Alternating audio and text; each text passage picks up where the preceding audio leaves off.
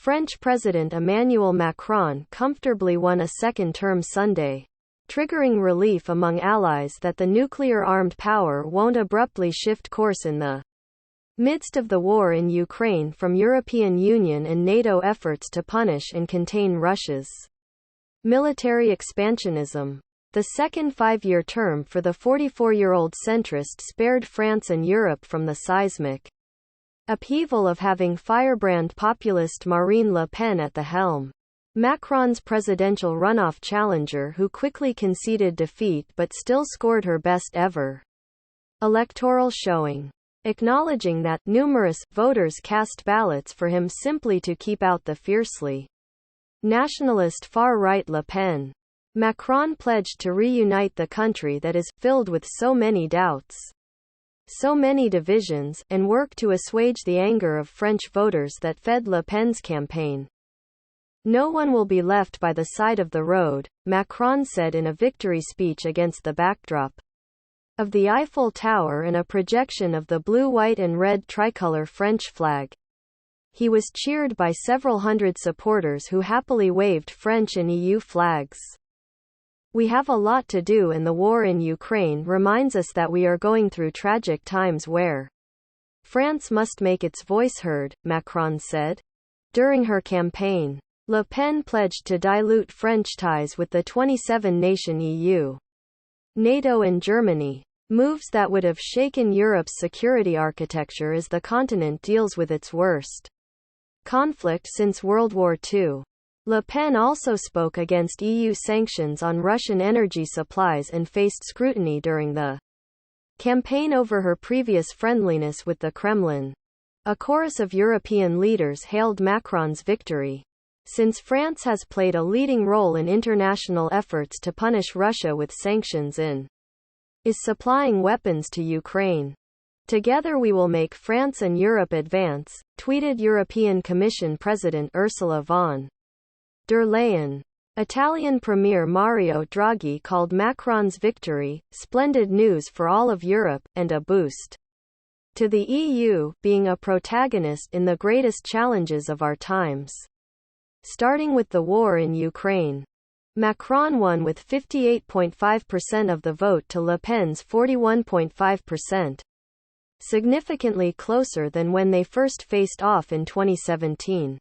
Macron is the first French president in 20 years to win re-election, since incumbent Jacques Chirac trounced Le Pen's father in 2002. Le Pen called her result a shining victory, saying that, "In this defeat, I can't help but feel a form of hope. Breaking through the threshold of 40% of the vote is unprecedented for the French far-right." Le Pen was beaten 66% to 34% by Macron in 2017, and her father got less than 20% against Chirac. She and hard left leader Jean-Luc Mélenchon, one of 10 candidates eliminated in the first round on April 10. Both quickly pitched forward Sunday night to France's legislative election in June, urging voters to give them a parliamentary majority to hamstring Macron. Le Pen's score this time rewarded her years-long efforts to make her far-right politics more palatable to voters, campaigning hard on cost-of-living issues. She made deep inroads among blue-collar voters in disaffected rural communities and in former industrial centers. Le Pen voter Jean-Marie Cornic, 78, said he cast his ballot for her because he wanted a president who would prioritize our daily lives. Salaries, taxes, pensions. The drop in support for Macron compared to 5 years ago points to a tough battle ahead for the president to rally people behind him in his second term. Many French voters found the 2022 presidential rematch less compelling than in 2017, when Macron was an unknown factor.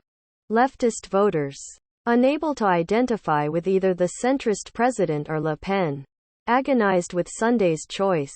Some trooped reluctantly to polling stations solely to stop Le Pen, casting joyless votes for Macron. "It was the least worst choice," said Stephanie David, a transport logistics worker who backed a communist candidate in round one. It was an impossible choice for retiree Jean-Pierre Roux. Having also voted communist in round 1, he dropped an empty envelope into the ballot box on Sunday. Repelled both by Le Pen's politics and what he saw as Macron's arrogance. I am not against his ideas, but I cannot stand the person, Roux said. In contrast, Marion Arbour, voting in Paris, cast his ballot for Macron, to avoid a government that finds itself with fascists, racists. Macron went into the vote as the firm favorite but faced a fractured, anxious and tired electorate. The war in Ukraine and the COVID-19 pandemic battered Macron's first term, as did months of violent protests against his economic policies. In celebrating victory, Macron acknowledged a debt to voters who helped get him over the line. Not to support the ideas I hold, but to block those of the extreme right. I want to thank them and tell them that I am aware that their vote obliges me for the years to come, he said. I am the custodian of their sense of duty, of their attachment to the Republic. Associated Press journalists Sylvie Corbett, Elaine Ganley, Angela Charlton and Thomas Adamson in Paris, Sam Petrikin in Brussels, Michel Spengler in Henin-Beaumont, and Alex Turnbull in Le Touquet contributed. Follow AP's coverage of the French election at https apnews.com/hub/French-election-2022. Thanks for listening to this important news update. Please subscribe to our channel to stay updated with the latest news.